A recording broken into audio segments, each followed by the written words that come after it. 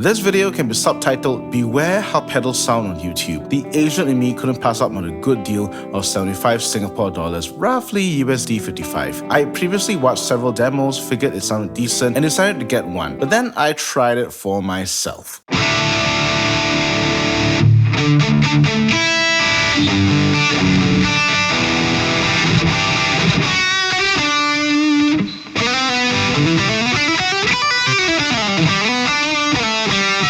Everyone's entitled to their preferences. If the amp and cap sounds on this unit suit you, more power to you. I just wasn't vibing with it, and I had plans to sell it off. Then it hit me that you could disable the amp and cap completely and just run this as a very cheap mono multi-effects. And what if I just ran my own amp and cap sounds utilizing this in an effects loop?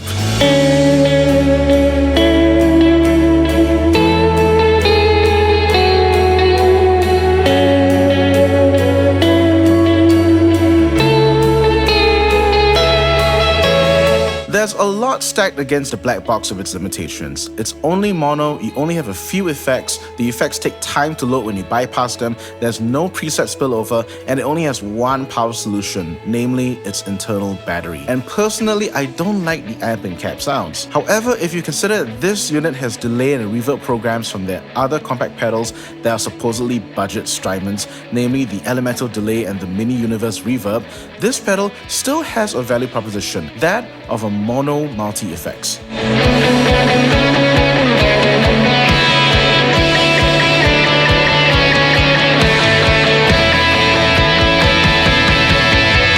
A note, this video is not sponsored. I bought this with my own money without any communication from M-Vave. All opinions about this pedal are my own. The Blackbox comes in a minimalist cardboard box with the unit, a basic manual, and a USB-C cable for charging and data transfer.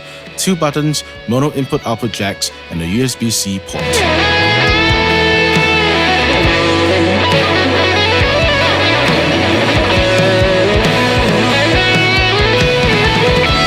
Adding the cost of the individual pedals together, the Blackbox is cheaper with the additional utility of a noise gate and a tuner. Here's how I've set this up in my Pod Go. As a rechargeable effects unit, I don't need an additional 9-volt power supply and only need 2 1/4-inch cables for wiring into the effects loop.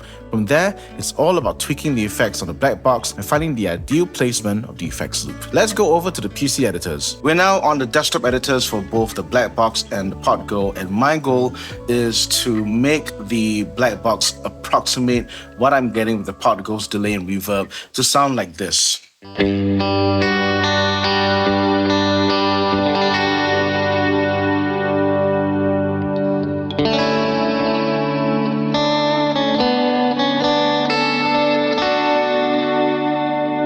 The delay and the reverb are forming this halo around the notes. They don't get in the way, it's not too mushy. Of course, it won't be 100% correspondence because this is going to be a stereo versus mono setup. The delay and reverb in this Pod Go preset are completely stereo. I'm going to have to try and approximate that with the mono version of it from the Blackbox. So I'm going to turn off the delay and reverb. There is quite a bit of volume difference between the bypass and the FX loop engaged. I'm going to try and match the volume of the FX loop.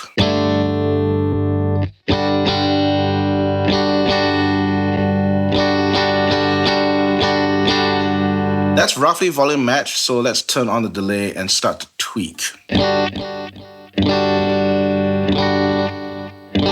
Actually not too bad. What if I turn the mix up and the feedback up?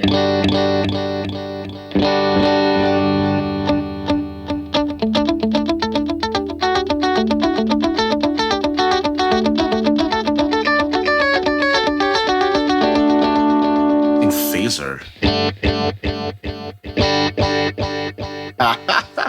You can hear this phaser applied onto the delay repeats.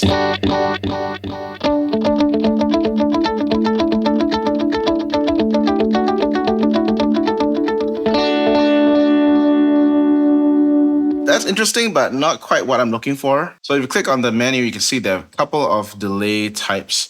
The dual delay, I believe, is one of those situations where the second delay repeat isn't time synced to the first repeat, so you have to manually dial in the delay times. You hear that that's like a slap back.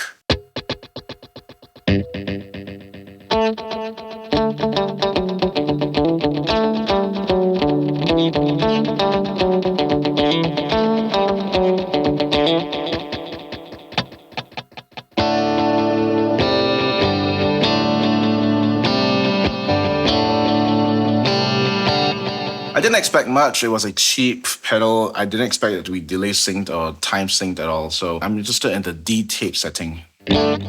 Okay, that is way too low in the mix. Let's turn this up and turn up the feedback. All right, okay, that sounds quite decent actually. I turn the delay, slow it down.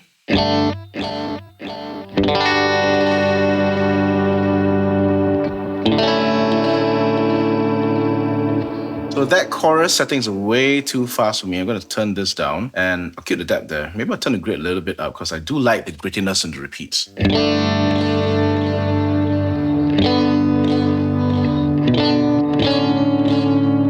What if I move this before the...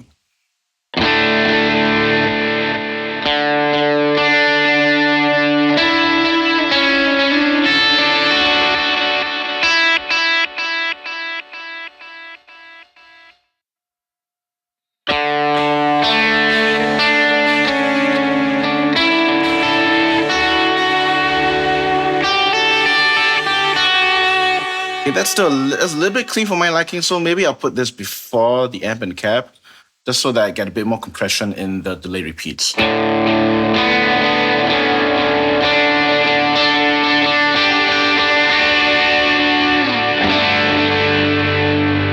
Here's one more thing about the black box that I don't like. It takes time for the effects to load up after you turn the bypass on.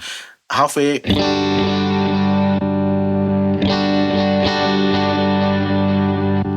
There's like some microseconds of like preloading and loading the effect, which to me is a shame because you want to use this in a live situation, you want to bypass the effects on and off. You don't have that microseconds to engage it. You want it straight away. That's quite a decent room reverb. They even have a shimmer. Let's load this up. I'm just curious.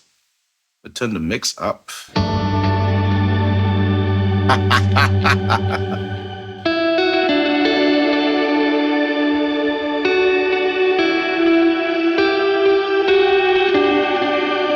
Not bad for a mono sound, but I do want to get a cloud kind of reverb. Here we have the opposite problem with the stock sounds of the delay. Delay started out very low in the mix. This reverb, I think, is going to sound very thick in the mix. Yeah. That is too big and too sonorous. I'm going to turn it down.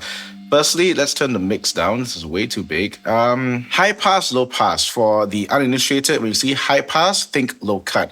When you see low pass, think high cut. I want to turn this down. Does it change that? No, it's still quite boomy. If I turn this up,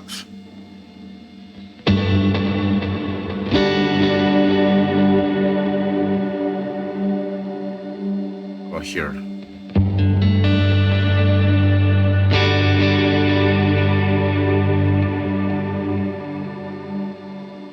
Low pass up, what do I get? Nope, I get on this maybe lower and then high pass it even more to 100. Okay, you hear how that cut out most of the boom and the build up in the low end. That's because that high pass filter is now quite aggressive. It is now cutting out all that low end, which I don't want, because it's very important that you don't get that low end build up. Let's try a before and after situation. Let's see. Let's hear what I had with the delay reverb.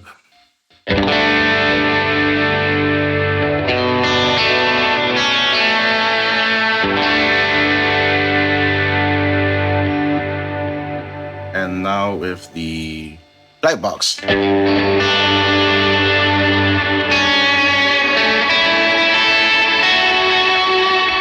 So So there you have it, a mono multi-effects that has a decent delay and reverb that is cheaper and easier to integrate than a sidecar pedal board with two separate pedals. To be entirely fair, it is possible to load and use different amp profiles and impulse responses with M-Vave's proprietary A&M profiling. I just haven't found the right A&M profiles that turn this unit's amp and cap sounds into something decent enough that I can use. But what about you? Would you get a black box just for the effects? Are you a current black box user and have found decent resources for it? I'd love to hear from you in the comment section below.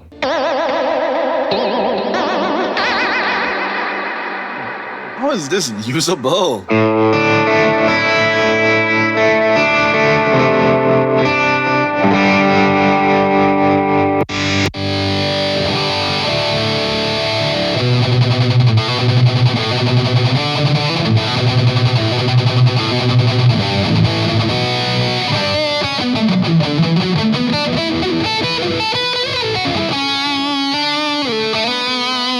Lightning round black box feature that you may not know about is the tap tempo mode on the unit itself. You can use the switch as a tap tempo button. You just need to access the delay module from the front screen. On the home page with the signal path laid out, you just press the delay button to bring up the delay menu on the LCD screen. When that happens, you'll notice that the delay block starts to blink according to a tempo.